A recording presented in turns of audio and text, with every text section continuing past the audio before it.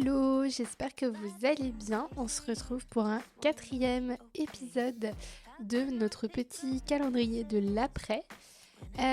Aujourd'hui, on va parler d'un sujet que j'ai un peu évoqué rapidement, que j'ai un peu teasé dans l'épisode d'hier, mais c'est le sujet de la panne de créativité.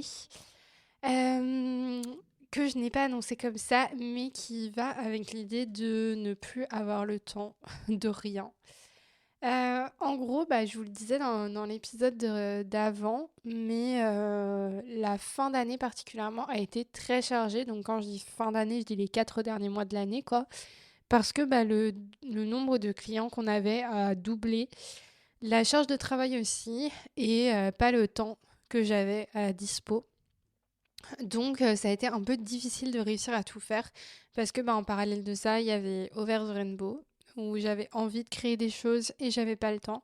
Et il y avait aussi les interventions en milieu scolaire qui me prennent beaucoup de temps. Donc si vous ne le savez pas, j'interviens dans les établissements scolaires sur les questions de violence conjugale.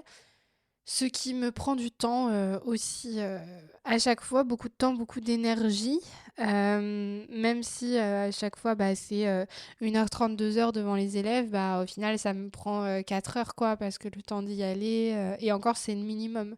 Il y a des jours où ça me prend toute une après-midi ou toute la journée parce que il y a le temps de transport en plus et tout, enfin bon bref, c'est très long. Et c'est aussi très fatigant psychologiquement, même si j'adore faire ça, même si en général ça se passe bien et que les élèves sont sympas et tout, que ils en retirent beaucoup de choses et tout ça, et même si je suis très à l'aise à raconter mon histoire, ça n'empêche que psychologiquement c'est quand même un peu éreintant de raconter tout ça encore et encore. Et voilà, c'est fatigant quoi. Je dis pas que c'est dur parce que j'aime faire ça et que ça me pose pas de soucis, mais par contre, oui, c'est fatigant physiquement, quoi, et psychologiquement. Donc, quand je rentre de là, je suis bien fatiguée. Donc, quand on accumule tout ça avec le travail en plus, les journées qui ne s'allongent pas, le fait que j'ai besoin de sommeil, le stress, ça commence à faire beaucoup. Et là, j'ai eu un moment où j'ai cru que vraiment j'allais exploser. C'était le mois de novembre, où ça a été vraiment, vraiment, vraiment, vraiment difficile. Parce que novembre, c'est le mois où il y a le 25 novembre, journée de sensibilisation aux violences faites aux femmes. C'est donc souvent la période à laquelle je suis la plus sollicitée, même si, je le rappelle, mais la lutte contre les violences faites aux femmes, c'est toute l'année, pas que le 25 novembre et le 8 mars. Donc voilà, ça me dérangerait pas d'être sollicitée un peu plus toute l'année.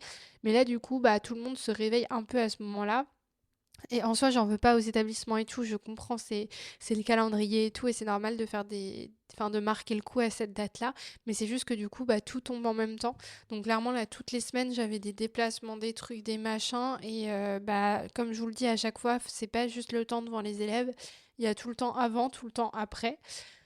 Et il y a des semaines où je me suis retrouvée à faire 3 allers-retours à Paris dans la semaine, quoi, avec des retours chez moi à plus de minuit, des départs des levées à 5 heures pour reprendre le train. Enfin voilà, c'était quand même épuisant parce que à côté, le reste de la vie ne s'arrête pas. Donc il y a toujours les clients à gérer. En plus, on en avait des nouveaux en novembre, donc d'autant plus de travail.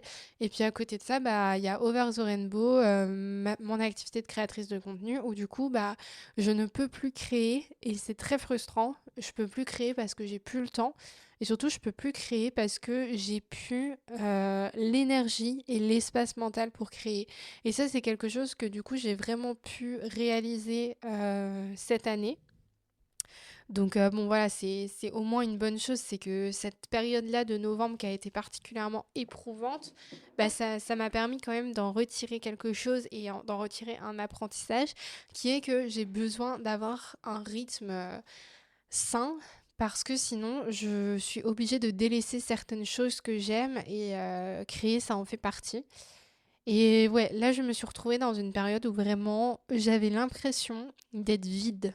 Et c'était trop bizarre parce que c'était à la fois me sentir beaucoup trop remplie de tout un tas de trucs et avoir l'impression que mon cerveau allait exploser parce que juste j'avais trop de choses à gérer et j'arrivais plus en fait à prioriser, à me dire ok, enfin Vous voyez, moi, mon cerveau, il est habitué à faire ça parce que c'est ce que je fais tout le temps, en fait. J'ai plein d'activités, c'est ce que j'aime, c'est ce qui me stimule, j'adore ça, le fait d'avoir plusieurs métiers, le fait d'avoir plusieurs activités.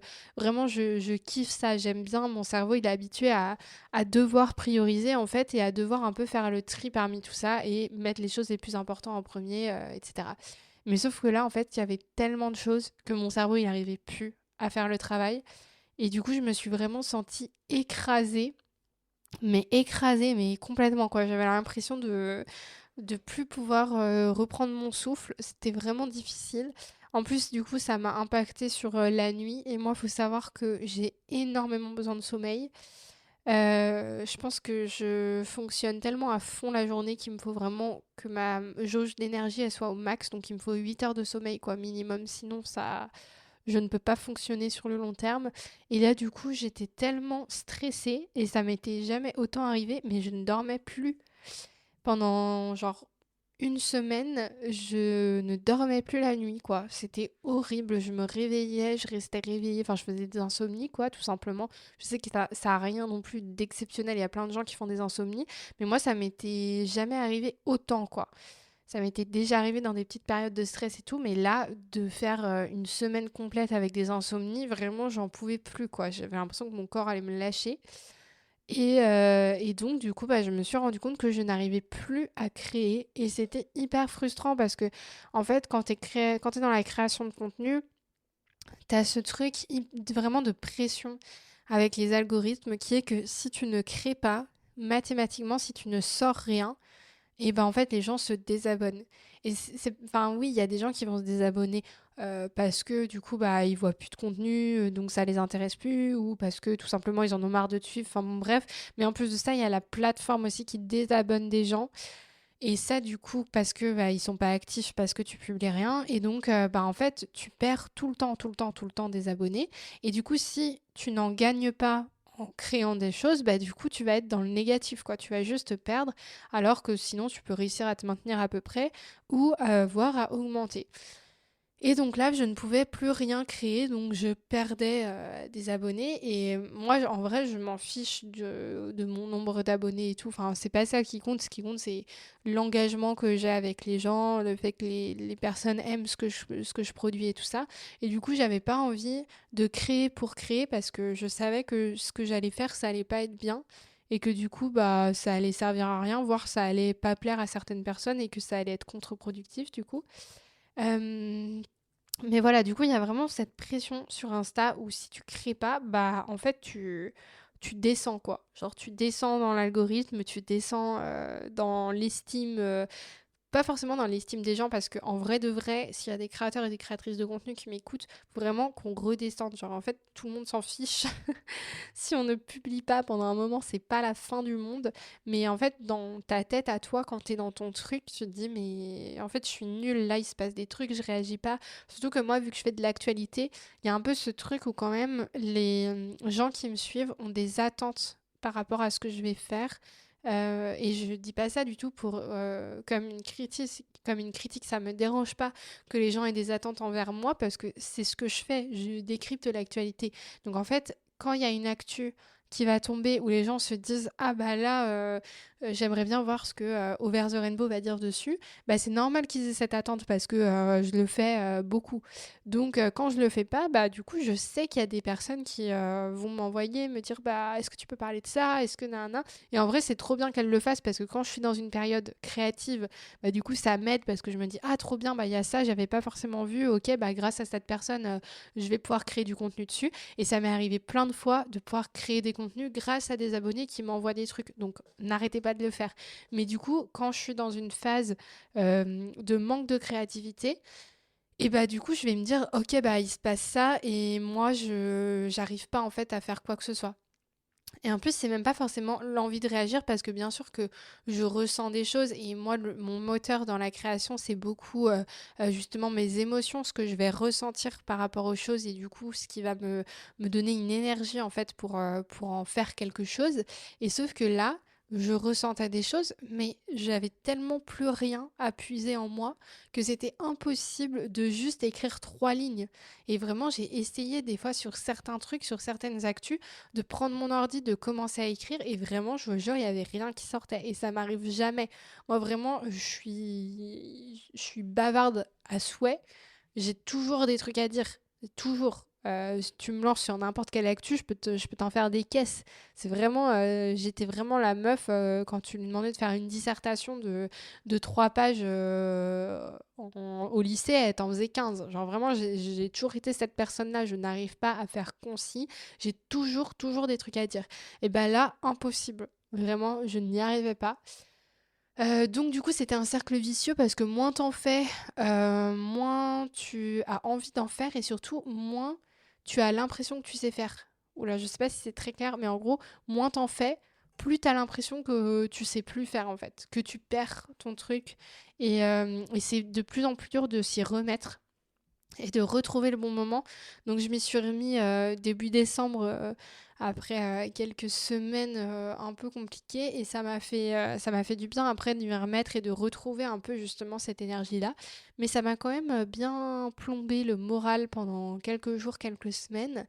Donc voilà, je sais pas trop en fait pourquoi je vous raconte tout ça, mais je pense que c'est juste pour que vous ayez conscience de ce qui se passe derrière un compte et tout, parce que des fois on se rend pas compte forcément d'où ça vient. Des fois il y a des gens qui me disent bah comment tu fais pour avoir tes idées, pour savoir ce que tu vas faire comme contenu et tout, et en vrai il n'y a pas forcément de stratégie, c'est vraiment mon instinct où je sais en fait quand je vois un truc, je me dis ok là faut que je fasse un truc. Là, j'ai envie de réagir de telle manière. Là, je vais créer de telle façon. Là, je vais faire plutôt une vidéo. Là, je suis plus inspirée pour faire un post. Et en fait, ça va découler tout seul.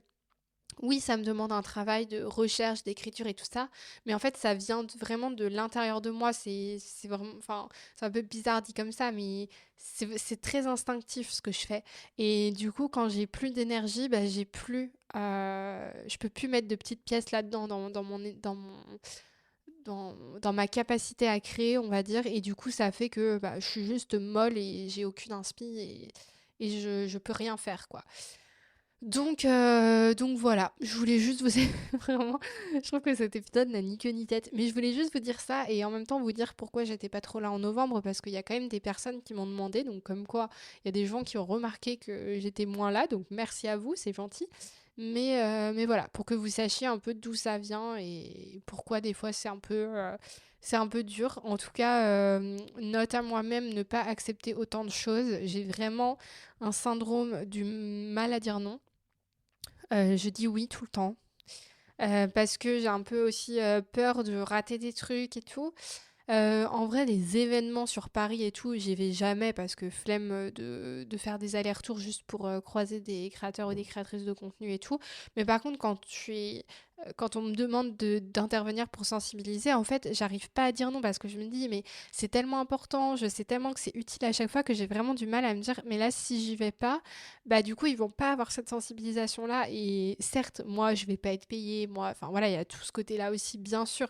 Mais il y a surtout ce truc où je me dis, mais les gens ne vont pas être sensibilisés parce que je j'aurais pas fait l'effort de venir. Et ça, du coup, c'est vraiment dur. Et pour autant, là, je me suis rendu compte qu'il faut vraiment que j'arrive à mieux segmenter les choses et à soit me faire payer plus cher pour mieux rentabiliser toute cette énergie que je dois mettre là et que du coup je peux pas mettre ailleurs, soit bah dire non ou reporter ou voilà parce que faut aussi que je m'écoute et j'ai pas envie d'en revenir à là où j'étais en novembre, voire que ce soit encore pire et que je fasse un burn-out, quoi. Enfin, vraiment, c'est pas l'objectif, c'est pas pour ça que je me suis lancée dans ces activités-là, que j'ai choisi de faire tous ces métiers différents et tout. Donc voilà, on va y venir là bientôt dans des épisodes un peu plus réflexifs sur mon année et tout. Mais en tout cas, ça c'est une leçon que j'en ai tirée, c'est que vraiment ma créativité, ça vient de mon mood général, de ma bonne humeur, de ma bonne santé mentale. Et si j'ai pas ça, bah du coup j'enlève ce pilier et je peux plus créer. Et du coup ça m'enlève autre chose que j'aime et du coup bah c'est un peu la dégringolade quoi dans les dans le bien-être et dans ma motivation de manière générale. Voilà, donc ceci est votre signe de ne pas accepter tout ce qu'on vous demande et de penser à votre santé avant tout. Voilà. Voilà. J'espère que cet épisode vous a plu, que vous aurez appris quelque chose ou pas, ou que juste vous avez bien aimé m'écouter me plaindre. Bref, en tout cas, je vous dis à demain pour un nouvel épisode où on va parler des apprentissages de cette année. Donc on va aller plus loin sur certains sujets. En tout cas, je vous fais des gros bisous. Je vous dis à demain. Prenez soin de vous, prenez soin des autres. Bye!